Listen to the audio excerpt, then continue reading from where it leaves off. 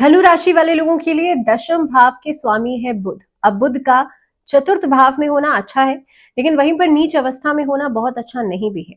ऐसे में क्या परिस्थितियां बनेंगी मार्च के महीने में आप सबके लिए, यही बात करेंगे हम इस वीडियो में। नमस्कार, बहुत स्वागत है आप सभी का। मैं हूं आपके साथ भावना शर्मा। मंथली सीरीज है मार्च के महीने का, और इस सीरीज में लगातार हम बात कर रहे हैं अलग अलग राशियों के बारे में। बहरहाल ये जो वीडियो है ये 9th वीडियो है, यानी कि इस वीडियो में बात करेंगे सैजिटेरियंस धनु राशि वाले लोगों के लिए कैसा रहेगा मार्च का पूरा महीना। अब देखिए, पहली बात तो ये वीडियो अगर आप देख रहे हैं, किसी भी माध्यम से देख रहे हैं, आप अपनी चंद्र राशि को फॉलो कर सकते हैं। चंद्र राशि कैसे समझेंगे, आप अपने चार्ट में देखिएगा, लग्न चार्ट में जहां भी चंद्रमा बैठा है, जिस नंबर में चंद्रमा बैठा है उसे देख लीजिएगा, वही राशि, वही नंबर की राशि आपकी चंद्र राशि होगी। तो ये एक बहुत सरल तरीका है समझने का कि आपकी चंद्र राशि क्या है। तो बात करते हैं धनु राशि वाले लोगों के लिए मार्च का पूरा महीना कैसा रहेगा। शुरुआत करते हैं आपके चार्ट के साथ हमेशा की तरह। और सैजिटेरियंस के लिए देखिए, जो चार्ट बनता है शनि सूर्य की युति है यहाँ पे तृतीय भाव में। थर्ड हाउस आपके पराक्रम का भाव है। जब शनि यहाँ आएंगे, जब सूर्य यहाँ आएंगे, तो थोड़ा सा एक रिस्क लेने की टेंडेंसी को बढ़ा देंगे, एक पराक्रम को बढ़ाएंगे। और उसी तरह का देखिए, जो भाव होता है और जैसे प्लैनेट्स वहां बैठे होते हैं वो अपने ट्रेट जरूर दिखाते हैं। तो सूर्य महीने की शुरुआत में आपके तृतीय भाव में रहेंगे, शनि के साथ रहेंगे, तो एक रिस्क लेने की टेंडेंसी को बढ़ा देंगे। दैट मीन्स आपको लगेगा कि भाई यू आर वेरी कॉन्फिडेंट, आप हर चीज में बहुत विल पावर के साथ आगे बढ़ेंगे। वहीं पर राहु जो है वो इल्यूजन का काम करते हैं, बुध स्पीच के कारक है, और शुक्र जो है वो पैसा और लग्जरीज या रोमांस, तीनों बैठे हैं चतुर्थ भाव में। अब बुध आपके दशम भाव के लॉर्ड भी हैं और बैठे हैं चतुर्थ भाव में। चतुर्थ भाव होता है सुख का भाव, वहीं पर बुध नीच के भी हैं। तो बुध स्पीच के कारक है, कम्युनिकेशन के कारक है, एयर ट्रैवल को भी दर्शाते हैं। अब यहां पर देखिए, जब बुध शुक्र और राहु की युति होगी तो इसका क्या परिणाम मिलेगा। डिफिकल्टीज लाएगा आपके कार्य क्षेत्र में, लेकिन डिफिकल्टीज के बावजूद आप आगे बढ़ेंगे। बहरहाल हम बहुत डिटेल में डिस्कस करेंगे इसको, लेकिन अभी मैं आपको समझा देती हूँ कि क्या क्या कौन कौन से प्लैनेट्स कहाँ बैठे हैं। देवगुरु बृहस्पति बैठे हैं छठे भाव में, मंगल बैठे हैं आपके लिए जो कि पराक्रम के साहस के कारक है सप्तम भाव में। वहीं पर केतु जो है वो बैठे हैं आपके 10th हाउस में। और दैट्स इट।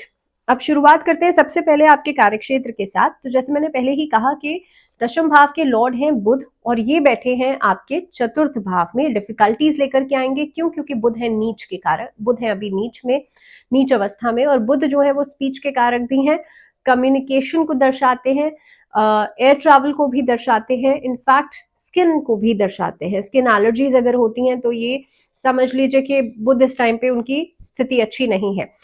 दूसरी बात, करियर के लिहाज से देखा जाए तो चतुर्थ भाव में होना हालांकि बेहतर है। इसके अलावा इस महीने के अंदर लगभग 3 तारीख के बाद से आपके लिए एक कठिनाइयों का फेज शुरू हो सकता है, एक ऐसा फेज जिसमें कि प्रॉब्लम ज्यादा आएंगी, डिफिकल्टी ज्यादा आएंगी। बट घबराइएगा बिल्कुल नहीं, क्योंकि इस अवधि में आप इन कठिनाइयों को पार करके सफलता की तरफ आगे बढ़ेंगे, क्योंकि आपके अंदर वो सक्षमता है।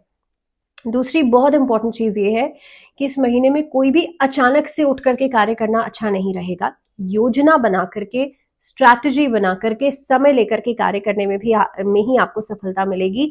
कोई भी काम सुनियोजित करने के बाद ही आप उसको आगे कीजिएगा। सेकेंडली, इस अवधि के अंदर बृहस्पति जो है उनका एक अच्छा खासा इम्पैक्ट पड़ रहा है, जो बुध की कमजोरी को या बुध का जो एक वीक इम्पैक्ट है उसको खत्म करेगा। क्योंकि देवगुरु बृहस्पति बैठे हैं छठे भाव में, नई नौकरी, नया कोई कार्य, नया कोई व्यापार, ऐसी चीजों की शुरुआत करवा सकते हैं, क्योंकि देवगुरु बृहस्पति मार्गी हो चुके हैं। दूसरी चीज, पहले की तुलना के हिसाब से ये महीना आपके लिए बेहतर रहेगा। व्यापार या व्यवसाय की अगर मैं बात करूं तो राहु केतु और मंगल का प्रभाव, इसके हिसाब से, साथ ही में बुध नीच अवस्था में है। व्यापारिक रिस्क लेना बहुत अच्छा नहीं है। देखिए, कोई काम अगर आपको पता है कि भाई इतना आपने लगाया, इतना प्रॉफिट होगा या इतना लॉस होगा, और आप जानते हैं कि यू नो द टारगेट, लेकिन जब आपको पता ही नहीं है किसी चीज के बारे में और आप बहुत गैम्बल कर रहे हैं, पूरी तरह से आप रिस्क खेल रहे हैं, ऐसी स्थिति के अंदर इस महीने में नुकसान होने के चांसेस बिल्कुल बनते हैं। इस महीने के अंदर आप देखेंगे जैसा चल रहा है उसको वैसे ही मेंटेन करना बहुत बेहतर रहेगा। नया कुछ रिस्क लेकर के कार्य करना अच्छा नहीं है। मैं नए काम के लिए मना नहीं कर रही हूँ, लेकिन हाँ, सिर्फ इतना कह रही हूँ कि रिस्क लेकर के कोई काम नहीं करना। जिस काम को आप पहले से करते आ रहे हैं, जानते हैं कि आप उसके प्रॉस एंड कॉन्स, तो आप बिल्कुल कर सकते हैं। छठे भाव के स्वामी शुक्र उच्च अवस्था में रहेंगे, और शुक्र जो है आपके लाभ भाव के स्वामी भी हैं, और इस परिस्थिति में आपके लिए लग्जरीज की तरफ एक आकर्षण बढ़ेगा। इस अवधि के अंदर एक लग्जरीज को पाने की एक इच्छा जो है वो हो सकती है। आर्थिक स्थिति की बात की जाए तो लाभ भाव के स्वामी शुक्र की स्थिति काफी अच्छी है, चतुर्थ भाव में बैठे हैं, और ये आपको लग्जरीज देंगे भी। जैसा आप काम करेंगे उसके परिणाम आपको वैसे ही मिलेंगे, इसमें कुछ कम ज्यादा बिल्कुल नहीं है। कहीं से रुका हुआ पैसा आपको वापस मिल सकता है। व्यापार में जो आपकी लेनदारी है, यानी कि किसी से आपको पैसा लेना है, वहां से पैसा वापस आ सकता है। सेकेंडली, धन भाव के स्वामी शनि की स्थिति जो है वो सामान्य तौर पर अच्छी है यहाँ पर, और क्योंकि बृहस्पति के नक्षत्र में है तो इसीलिए आपको अच्छे रिजल्ट्स देंगे इस महीने के अंदर। क्योंकि आप देखेंगे लग्न या राशि के स्वामी भी हैं, तो ये महीना आपके लिए बहुत ही बेहतर परिणाम लेकर के आएगा। तो चलिए बात करते हैं अब आपके लिए हेल्थ की, कि पूरा मार्च का महीना सेहत के लिहाज से कैसा रहेगा। तो देवगुरु बृहस्पति बैठे हैं छठे भाव में, और 6th हाउस जो होता है वो रोग, ऋण और शत्रु का भाव है। अब छठे भाव में जो बृहस्पति आएंगे तो जाहिर सी बात है कि आपके स्वास्थ्य को बेहतर करेंगे। पुरानी कोई हेल्थ इशू था तो वो खत्म हो सकता है। ये महीना स्वास्थ्य के लिहाज से आप हेल्थ के प्रति ज्यादा जागरूक हो सकते हैं, फिटनेस के प्रति जागरूक हो सकते हैं, कोई फिटनेस रेजीम ज्वाइन कर सकते हैं, एक्सरसाइजिंग बहुत ज्यादा करेंगे। जिन लोगों को डायबिटीज या थायराइड की समस्या है उन लोगों को समय पर दवाइयां लेना चाहिए, क्योंकि मेडिसिन लेने में लापरवाही हो सकती है, लेकिन आज सच कोई नया इशू हेल्थ से जुड़ा हुआ नहीं नजर आता है। अगर किसी तरह की कोई सर्जरी कराने के बारे में सोच रहे हैं, 15 तारीख की बात कराइएगा।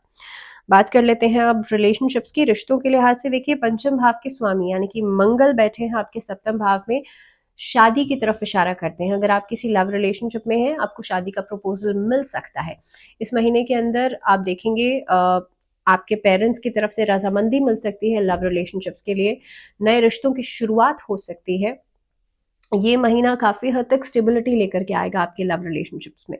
वहीं पर अगर बात की जाए वैवाहिक जीवन की, तो वैवाहिक जीवन में जो तनाव बना हुआ था वो इस महीने में भी बना रहेगा, क्योंकि मंगल बैठे हैं सप्तम भाव में, और मंगल एक फायरी साइन है, मंगल एक आक्रामक ग्रह है। लेकिन कहीं ना कहीं पे देखिए आप चीजों को कंट्रोल कर सकते हैं। ऐसा नहीं है कि मंगल सिर्फ नेगेटिव ही नेगेटिव करेंगे या बहुत नकारात्मक ही परिणाम देंगे। मंगल स्पिरिचुअलिज्म के भी कारक है, मंगल डिसिप्लिन के भी कारक है। मंगल, आप सही तरीके से चीजों को अगर समझते हैं, अगर आप बाउंड्री समझते हैं, तो मंगल इज अ वेरी, मुझे लगता है बहुत ही एक ऐसा प्लैनेट है जो कि आपको बहुत कुछ दे भी सकता है। तो इसीलिए सप्तम भाव में मंगल का होना, अगर आप अपनी बाउंड्रीज को समझते हैं तो बहुत ही अच्छे परिणाम लेकर के आएगा। आप साथ में जोड़ करके कोई नया कार्य कर सकते हैं इस महीने के अंदर। आप मटीरियलिस्टिक चीजों से दूर रहकर अगर आप एक दूसरे को अच्छी तरीके से समझते हैं, या अगर आपकी लग्न कुंडली में बृहस्पति शुक्र की पोजीशन अच्छी है, तो ये महीना डेफिनेटली आपके लिए अच्छा रहेगा। लेकिन फिर भी इम्पैक्ट जो है वो रहता है थोड़ी बहुत मन के अंदर, क्योंकि मंगल एक फायरी साइन तो है ही, तो वो अपना इम्पैक्ट तो दिखाएंगे ही। तो एक गुस्सैल स्वभाव ऐसे व्यक्ति के दिमाग में रहता है, और क्योंकि सप्तम भाव है तो जाहिर सी बात है शादीशुदा जीवन को लेकर के रहेगा।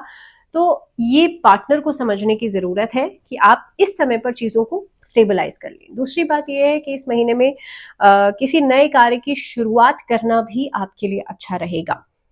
अब बात करते हैं पारिवारिक जीवन के हिसाब से ये महीना कैसा रहेगा। तो देखिए, सेकेंड हाउस के लॉर्ड है शनि, और वो बैठे हैं सूर्य के साथ तृतीय भाव में। इस महीने के अंदर आप लोग देखेंगे कोई नए कार्य की शुरुआत कर सकते हैं, फैमिली बिजनेस से जुड़ी हुई।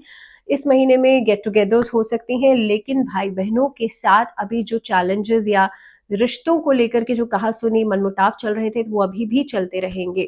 इस महीने के एंडिंग तक शनि जो है, जो कि सेकेंड हाउस के लॉर्ड है, वो चले जाएंगे 29 मार्च को चतुर्थ भाव में, और यहाँ पर मदर की हेल्थ को लेकर के थोड़ा सा कंसर्न हो सकता है, तो मदर की हेल्थ को लेकर के थोड़ा सा एहतियात बरतिएगा। दूसरी बात, प्रॉपर्टी खरीदने के बारे में सोच रहे हैं या कोई व्हीकल खरीदने के बारे में सोच रहे हैं, उसके लिहाज से भी महीना अच्छा रहेगा, या आपको बेहतर परिणाम देगा। बात करते हैं स्टूडेंट्स की। पंचम भाव के स्वामी है मंगल, जो बैठे हैं सप्तम भाव में। इस महीने के अंदर उच्च शिक्षा की तैयारी जो लोग कर रहे हैं उनके लिए अच्छा समय है, क्योंकि देवगुरु बृहस्पति की पोजीशन भी अच्छी है। दूसरी बात, इस महीने के अंदर आप लोग देखेंगे कि जो बहुत लंबी चौड़ी प्लानिंग करके चलते हैं उनके लिए जरूरी है कि आप छोटी छोटी प्लानिंग कीजिए, छोटे छोटे टारगेट बनाइए और उसके बाद ही आप उसे पूरा करके आगे बढ़िए, क्योंकि लंबी प्लानिंग इस महीने में नहीं चलने वाली है। कई सारे ऐसे चैलेंजेस आ सकते हैं जो कि आपको डिस्ट्रैक्ट भी करेंगे, आपको परेशान भी करेंगे, क्योंकि बुध और राहु एक साथ है, बुध और शुक्र एक साथ है, शुक्र उच्च के हैं चतुर्थ भाव में। कई सारी ऐसी चीजों से आपका डिस्ट्रैक्शन, भटकाव जो है वो हो सकता है, इसीलिए छोटी छोटी प्लानिंग कीजिए, उसके बाद उसे पूरा कीजिए।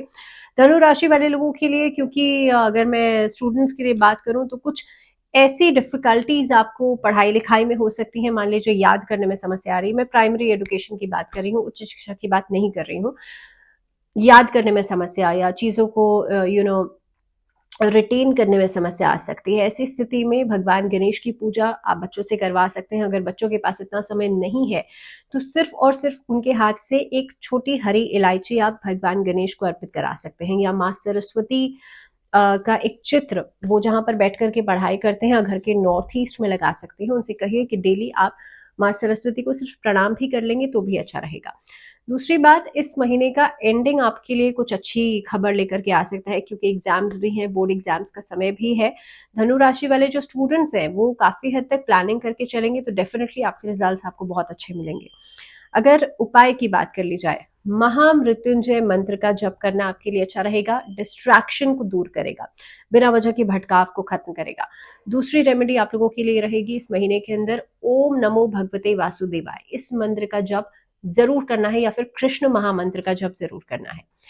तो ये है छोटी छोटी रेमेडीज जो इस पूरे महीने में आप लोग कर सकते हैं। फिलहाल इस वीडियो में इतना ही, दीजिए इजाजत, लेकिन जुड़े रहिए चैनल के साथ। अगले वीडियो में बात होगी मकर राशि यानी कि कैप्रिकॉर्न्स के लिए कैसा रहेगा मार्च का महीना।